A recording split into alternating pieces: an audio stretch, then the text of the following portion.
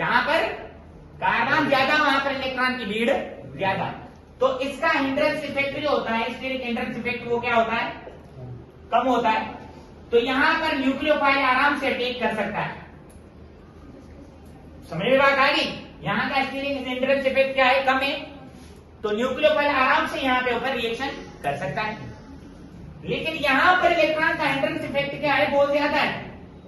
तो भीड़ के अंदर है न्यूक्लियोफाइल का गुजरना यहां पर मुश्किल हो जाता है। बात समझ में आ रही? तो यहां पर आप लोगों के पास अच्छा रिएक्शन कौन देता है? प्राइमरी देता है। SN2 के अंदर कौन सा अच्छा रिएक्शन देगा? प्राइमरी देगा। उसके बाद हमारे पास आप लोगों से यह पूछा जाए कि भाई बेस्ट रेट किसका होता है SN2 के अंदर? तो आप बोलेंगे बेस्ट रेट 1 डिग्री का होता है। रेट का मतलब होता है स्पीड, क्योंकि आसानी से न्यूक्लियोफाइल अटैक कर देगा, और न्यूक्लियोफाइल जब अटैक कर देगा तो रिएक्शन जल्दी हो जाएगा। लेकिन यहां पर बहुत मुश्किल है। तो यहां पर रिएक्शन पहली बात तो ये देगा नहीं, अगर देगा तो मतलब किस कंडीशन में, चलो दे भी दे तो वो आप लोगों के पास मुश्किल होता है। ये पॉइंट नोट कर लें। अब हम डिस्कस करते हैं कि भाई सिर्फ इन डिग्रीज के ऊपर या आपके पास ये टाइम्स के ऊपर तो काम नहीं चलेगा। आपको पता है ना कि R के साथ कौन जुड़ा हुआ होता है? I। R के साथ कौन जुड़ा हुआ होता है? पहले तो ये पॉइंट नोट कर दो। सबसे अच्छा रेट किसका होता है? 1 डिग्री, उसके बाद 2 डिग्री, उसके बाद 3 डिग्री। तो SN2 के लिए आपके पास अच्छा रेट किसका होता है? 1 डिग्री का होता है। उसके बाद यहां पर आपके पास हेलो अल्केन, जाहिर ये ग्रुप लीव भी करता है ना। ग्रुप लीव करेगा तो न्यूक्लियोफाइल जुड़ेगा ना। तो अच्छा लीविंग ग्रुप कौन सा होता है भाई? बताओ सब। अच्छा ग्रुप कौन सा होता है? क्योंकि इसकी साइज बड़ी होती है। तो सबसे अच्छा रेट कौन दे सकता है? आयोडीन दे सकता है, क्योंकि आसानी से क्या हो सकता है? टूट सकता है। कम एनर्जी दोगे, जल्दी बांध टूट जाएगा, तो अच्छा रेट ऑफ रिएक्शन हो जाएगा, जल्दी फास्ट हो जाएगा। तो सबसे अच्छा आयोडीन, उसके बाद ब्रोमीन, उसके बाद क्लोरीन, उसके बाद क्लोरीन। ये तो भाई मुश्किल है। बात समझ में आ गई ना? इसके लिए तो मुश्किल है। तो आपके पास रेट किसका भाई अच्छा है? आयोडीन का रेट अच्छा है। तो ये हमारे पास सारी पॉइंट किसके लिए थी? ये जर्नल पॉइंट्स थी हमारे पास किसके लिए भाई? SN2 के लिए। ये सारी पॉइंट SN2 के लिए थी। अब हम जो डिस्कस करेंगे वो हमारे पास क्या होगा? अब हम एग्जाम्पल लेंगे। क्या लेंगे हम? एग्जाम्पल लेंगे। तो भाई हमारे पास एग्जाम्पल कैसे हम लेंगे ये देखते हैं। बहुत आसान सा कॉन्सेप्ट है, इनमें से सवाल आते हैं बेटा। अच्छा जी, एक बात और, आपसे पूछा जाए मॉलिक्यूलरिटी। क्या पूछा जाए? Molecularity. How many molecules can be participate in this reaction? तो आप बोलेंगे इसकी मॉलिक्यूलरिटी क्या होती है? 2। कितनी होती है? 2। अब यहां पर आपके पास मॉलिक्यूलरिटी, ये पॉइंट याद रख लेना। अब हम आते हैं किसके ऊपर? अब हम आते हैं सिंपली रिएक्शन के ऊपर। देखो भाई, ये क्या है? कार्बन है।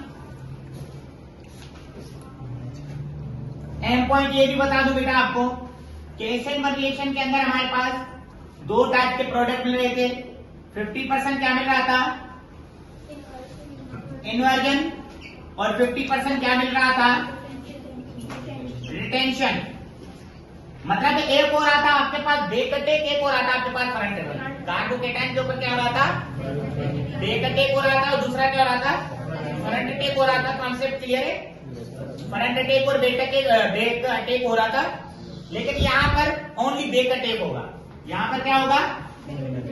तो ये आप लोगों के पास किसके लिए था?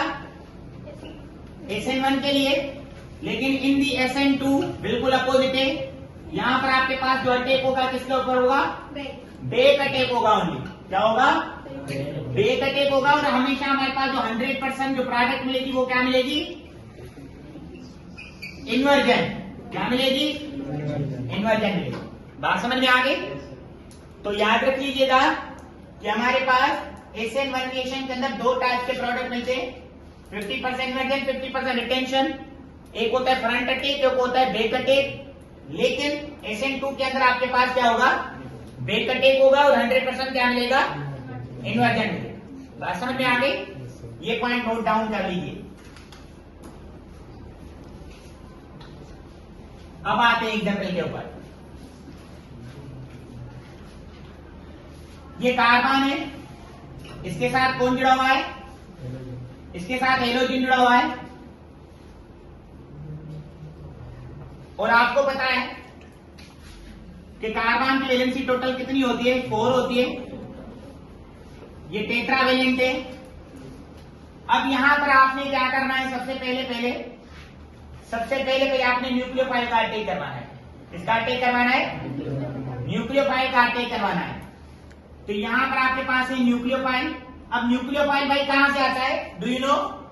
न्यूक्लियोफाइल के लिए हमने रिएजेंट बताए थे आप लोगों को। KOH हो गया, NOH हो गया, RC ट्रिपल बॉन्ड, N हो गया, साइनाइड हो गया, थायोल हो गया।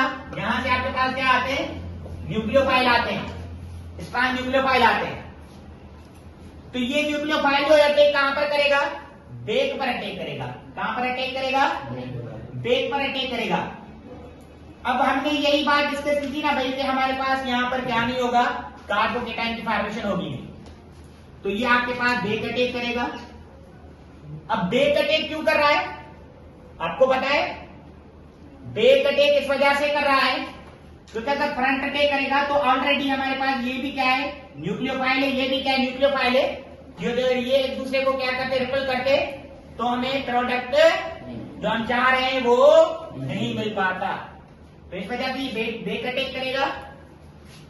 और इसी बेक अटैक के मौजूदगी में हमारे पास यहां पे बनेगा ट्रांजिशन प्रोडक्ट। क्या बनेगा, ट्रांजिशनल प्रोडक्ट बनेगा। अब ट्रांजिशनल प्रोडक्ट कैसे बनेगा, बहुत आसान सा है।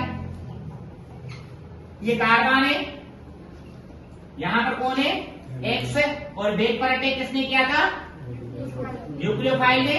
और बाकी आपके पास जो आपके पास पहले की जुड़ी हुई थी वही जुड़ी हुई। क्लियर? याद रख लीजिएगा कि हमेशा जो ट्रांजिशन प्रोडक्ट होता है ना, उसको हम किससे शो करते हैं, डॉट लाइन से शो करते हैं। किससे शो करते हैं, डॉट लाइन से शो करते हैं। क्यों डॉट लाइन से? Because it is unstable. अब देखना, मैंने आपको बोला था साइमल्टेनियसली बॉन्ड फॉर्मेशन भी होती है, बॉन्ड ब्रेकिंग भी होती है। तो जाहिर है ये आपके पास लिविंग ग्रुप है तो ये लिंक कर जाएगा। तो यहां पर क्या होगी, बॉन्ड ब्रेकिंग होगी। यहां पे क्या होगा भाई, बॉन्ड ब्रेक होगा, ये बाहर निकल जाएगा। और यहां पर क्या होगा भाई, बॉन्ड फॉर्मेशन होगा। तो साइमल्टेनियसली एक जाएगा दूसरा आएगा। साइमल्टेनियसली एक ही वक्त में बॉन्ड टूटता भी और बॉन्ड ब्रेक भी होता है। तो फाइनल प्रोडक्ट आपको क्या मिला, फाइनल प्रोडक्ट आपको कुछ इस तरह से मिला। या आपके पास 100% न्यूक्लियर इन्वर्जन मिला और प्लस में आपके पास बाहर को निकल गया सेम टू सेम। बात समझ में आ गई? तो यही आपके पास फाइनल प्रोडक्ट है। और ऐसी चीज को हम क्या कहते हैं, SN2 रिएक्शन। क्या कहते हैं, SN2 रिएक्शन। तो ये हमारा पूरा कॉन्सेप्ट होता है SN2 रिएक्शन का।